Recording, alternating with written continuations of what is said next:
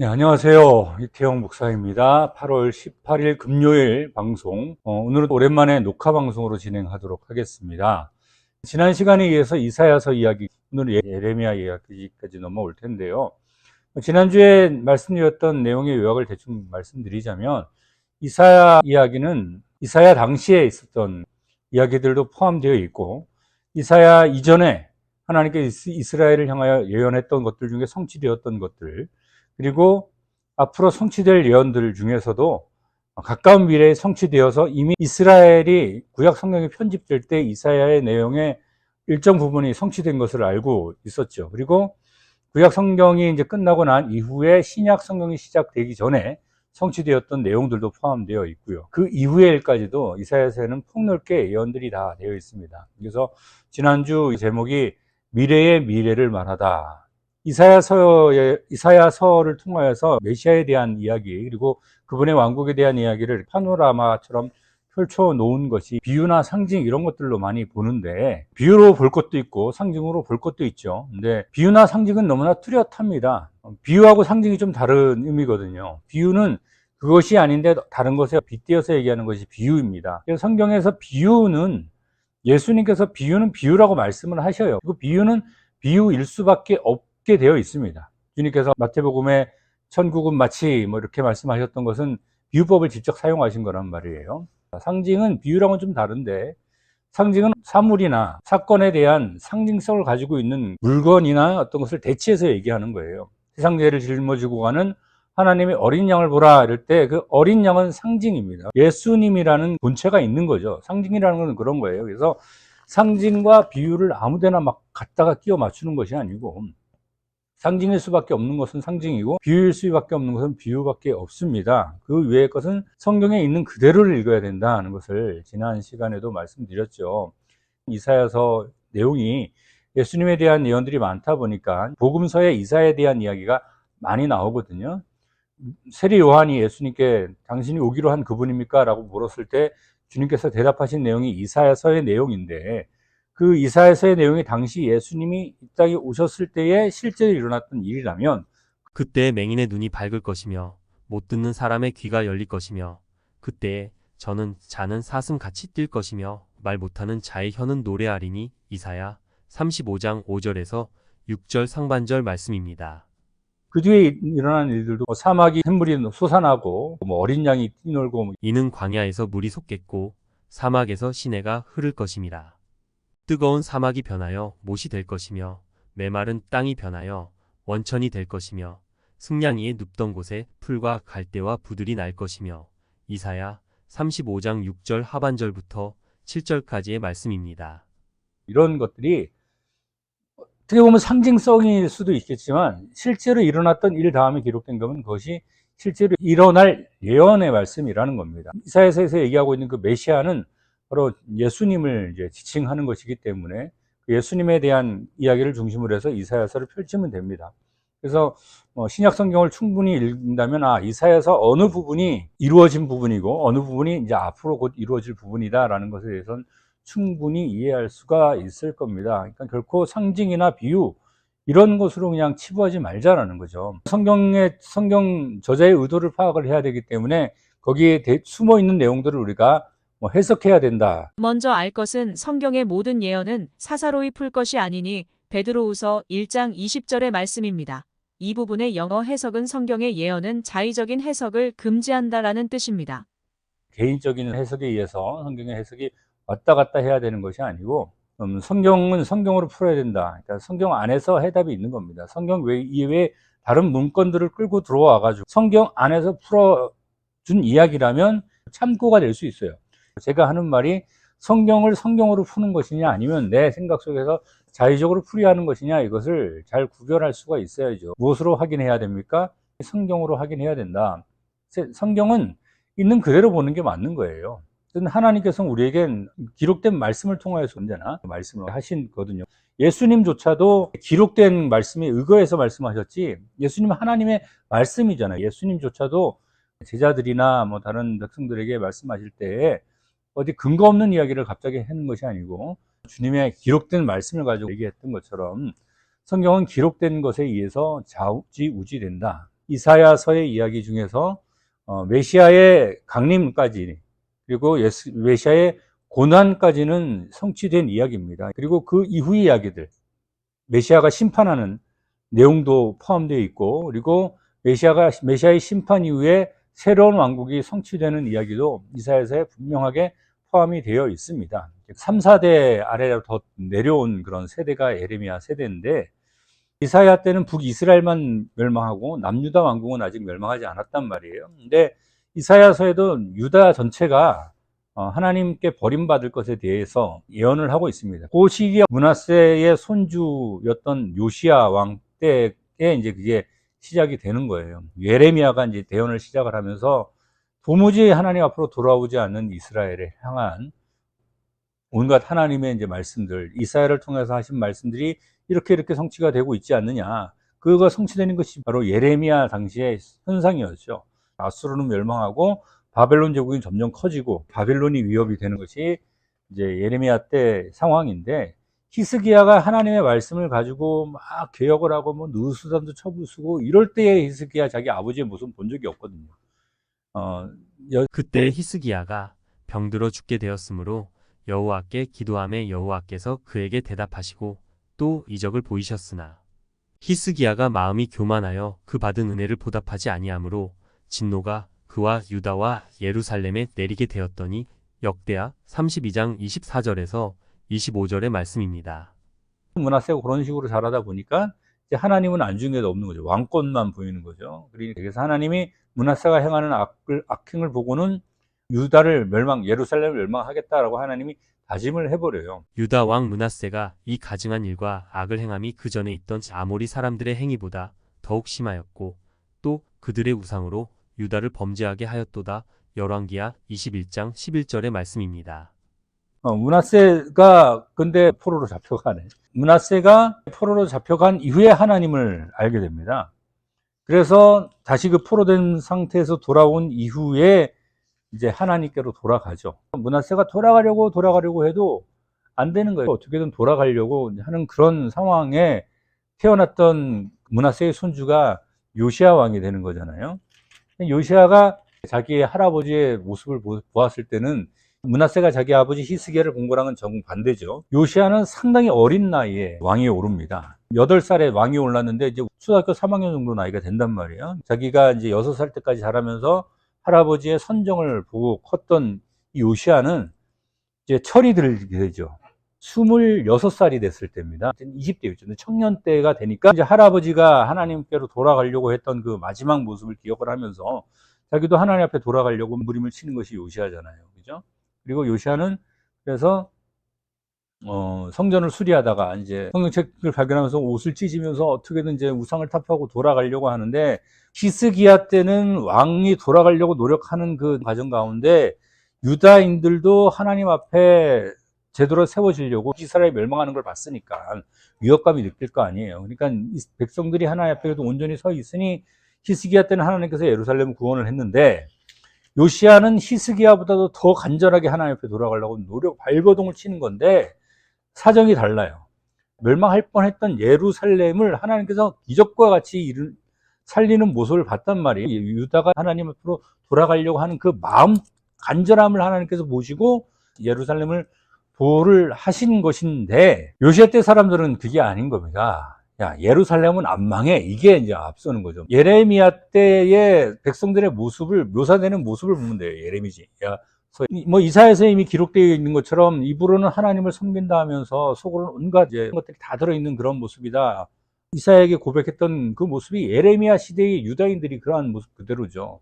겉으로 볼 때는 하나님을 섬기고 예루살렘이 있고 성전이 있고, 그러니까 예루살렘 망하지 않아 이렇게 해버리는 거예요.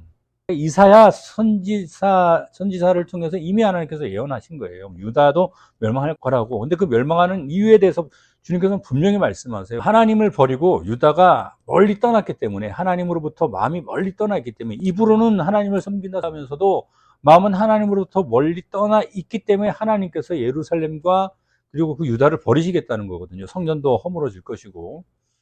그것이 하나님 말씀의 주된 내용이란 말이에요. 그러니까 마음은 하나님께로 떨어져 있기 때문에 히스기야 때는 마음이 하나님께서 떨어져 있다가 히스기야가 돌아가려고 몸부림을 치니까 뭐 어떻게든 뭐 산당도 부수고 느우스산도 부수고 그다음에 아수르도 배신하고 막 이러니까 북이스라엘은 사마리아가 멸망되는 가운데 성전에 올라가서 하나님 앞에 기도하고 또 백성들이 같이 하나님께로 돌아가려고 하고 예루살렘의 보호를 받았단 말이에요. 근데 그 히스기야가 교만해지는 바람에 다시 우상 숭배가 다시 들어왔어요. 이제 내성이 생기는 거죠. 박테리아가 처음에는 상승제를 잘 먹다가 항생제를 계속 쓰다 보면 이게 나중에는 내성이 생겨가지고 슈퍼박테리아가 돼서 어떤 항생제도 먹히지 않는 그런 상태가 되면 이제 죽을 수밖에 없잖아요. 영적인 박테리아도 마찬가지인 거죠. 처음에 들어왔을 때 하나님 앞에 돌이켰어. 상생제를 써가지고 하나님이 보호해 주셨어. 그랬으면 그 상태를 유지를 해야 되는데 유상승배에 다시 빠져버렸습니다. 이 박테리아가 뭐가 되는 겁니까? 슈퍼박테리아가 되는 거예요. 그래서 예레미야 때 보면 예레미야가 하나님께로 돌아오라 얼마나 계속 예레미야의 주제가 뭔지 아십니까? 돌아오라예요. 돌아오라. 근데 하나님 앞에 돌아옵니까? 도무지 돌아오질 않아요. 예레미야 말을 듣지를 않아요. 요시아가 그렇게 막 몸부림치고 하나님께 돌아가자 그러는데 안 되니까 하나님이 요시아를 먼저 데려가 버리시죠. 왕이 오래 살았다고 축복받은 왕이고 짧게 살았다고 해서 축복받지 못한 왕이 결코 아닙니다. 그건 하나님의 뜻에 달려 있어요. 오래 살아도 하나님의 축복을 받은 왕이 있고 짧게 살아도 하나님의 축복을 받은 왕이 있고 뭐 이런 거예요. 요시아는 빨리 죽습니다. 왜 빨리 죽을까요? 하나님께서 요시아를 데려가 버리십니다. 유다가 망할 때 왕이 누굽니까? 시드기야죠. 시드기야가 하나님 앞에 선정을 했던 왕입니까? 아니면 악한 왕입니까? 예레미야를 보면 알겠지만 하나님의 말씀을 듣고도 예레미야가 하나님의 말씀을 대언한다는 사실을 어느 정도 인지하고도 예레미야 말대로 하지 않았던 임금이 시드기야예요. 근데 그 시드기야 때 망하죠. 나라를 멸망하게 한 왕이 좋은 왕이 리가 없잖아요. 적어도 요시야 때문에 요시야가 아무것도 하지 않아서 멸망했다라는 얘기는 듣지 않게 되는 겁니다. 그리스도인들에게 하나님의 백성들에게는 이 땅에서의 생사는 그렇게 중요하지 않아요. 길게 살고 짧게 살고는 물론 장수가 하나님의 축복일 때도 있어요. 근데 장수가 마냥 축복만은 아니다. 뭐 그거는 뭐 우리도 쉽게 이해할 수 있을 겁니다. 이거 이 땅의 삶이 전부라면 이 땅에서 그래도 뭐 좀 이렇게 뭐 거지같이 살고 좀 힘들게 살고 뭐 좀 어렵게 살아도 오래 사는 게 축복일 수가 있겠지만 그리스도인의 삶은 이 땅의 삶이 전부라고 보지 않죠. 바울이 말하고 있어요. 이 땅의 삶이 전부라면 뭐 우리보다 더 불쌍한 사람이 어디 있냐 이렇게 말할 정도로. 근데 우리는 땅의 삶만 계산하지 않기 때문에 하나님이 빨리 데려가든 늦게 데려가든 상관이 없어요. 아무튼 예레미야 때가 그런 거예요. 아무리 백성들에게 말을 해도 백성들이 도무지 듣지 않는. 이사야 때는 그래도 하나님의 말씀을 선포하면 듣는 사람이 있음. 그럼에도 불구하고 이사야는 예언했던 것이 이 백성이 완전히 폐역한 백성이 될 것이고 이제 하나님께 예루살렘과 유다까지도 다 멸망을 받을 것이고 그 뒤도 예언하죠. 완전히 버림받는 상황까지 이사야서는 예언이 되는데 예레미야는 중요한 것이 무엇이냐면 그 이사야서 내용 중에서 그 유다가 멸망하는 그 과정하고 그리고 유다가 하나님 앞에 완전히 멸망을 받고 메시아가 와서 어떻게 이 왕국을 회복할 것인가에 대해서 아주 상세하게 좀 기록하고 있는 것이 예레미야입니다. 그래서 예레미야 때 예언되어 있는 것 중에서 중요한 내용 중에 하나가 70년이라는 기간이 예레미야 때 밝혀져요. 성전이 무너지고 나서 바벨론으로 포로 잡혀간 지 딱 70년이 됐을 때에 하나님께서 회복시킬 것이다 라는 대언을 예레미야 선지자를 통해서 하고 예언을 기억하고 있었던 것이 누굽니까? 다니엘이 그것을 기억하고 있고 그래서 다니엘이 기억하고 있으니까 하나님 앞에 물어보고 가브리엘 천사가 와서 얘기해주고 그리고 이제 고레스 왕 때까지 다니엘은 삽니다. 그래서 고레스 원년에 드디어 예루살렘 복원 명령이 이사야서에 기록되어 있는 대로 예루살렘을 복원하고 예루살렘 성전도 복원하고 메시아에 대한 이야기가 예레미야는 좀 더 자세하게 나옵니다. 그러니까 유다의 패망, 예레미야 아니고요. 유다의 패망과 메시아의 출현 그 관계예요. 그래서 메시아가 출현해야지 이 왕국이 회복될 것이다. 그래서 이사야서하고 예레미야서까지 딱 연결돼서 읽으면 이 유대 사람들은 기다리는 것이 무엇이겠어요? 지금 이제 바벨론에서 포로 생활 70년을 했고 돌아와서 예레미야 예언대로 이사야 예언대로 70년 만에 돌아와서 예루살렘이 복원되고 예루살렘 성전이 복원되는 것까지 됐으니까 이제 뭐만 복원되면 그들은 되는 거예요? 네, 왕국만 세워지면 되는 겁니다. 무슨 생각을 하시면 되냐면 우리가 일제 치하에 있을 때 조선인들이 간절히 바라던 게 뭡니까? 조선의 독립, 대한의 독립이었잖아요. 우리나라가 통치권을 가지고 오는 거예요. 그래서 그 상황이에요. 그 말라기 이후에 400년 동안 이제 선지자가 없었는데 뭐 바벨론도 망하고 페르시아도 망하고 나중에는 헬라가 들어서잖아요. 이 다니엘서에 다 예언이 되어 있는 건데 헬라 치하에 있다가 이제 로마로 또 넘어가죠. 그런 이제 뭐 헬라로부터는 독립운동을 한번 해가지고 한우카라는 명절도 생기고 그러는데 그렇게 된 상황에서 그들이 이제 뭐만 있으면 돼요? 왕만 돌아오면 되는데 메시아가 안 오고 누가 왕으로 서 있었습니까? 그 당시에는 헤롯이 왕으로 서 있었는데 그래서 간절히 기다리는 것이 메시아의 등장이라는 거죠. 메시아를 간절히 기다리고 있는데 오신 메시아를 그들이 거절해 버렸죠.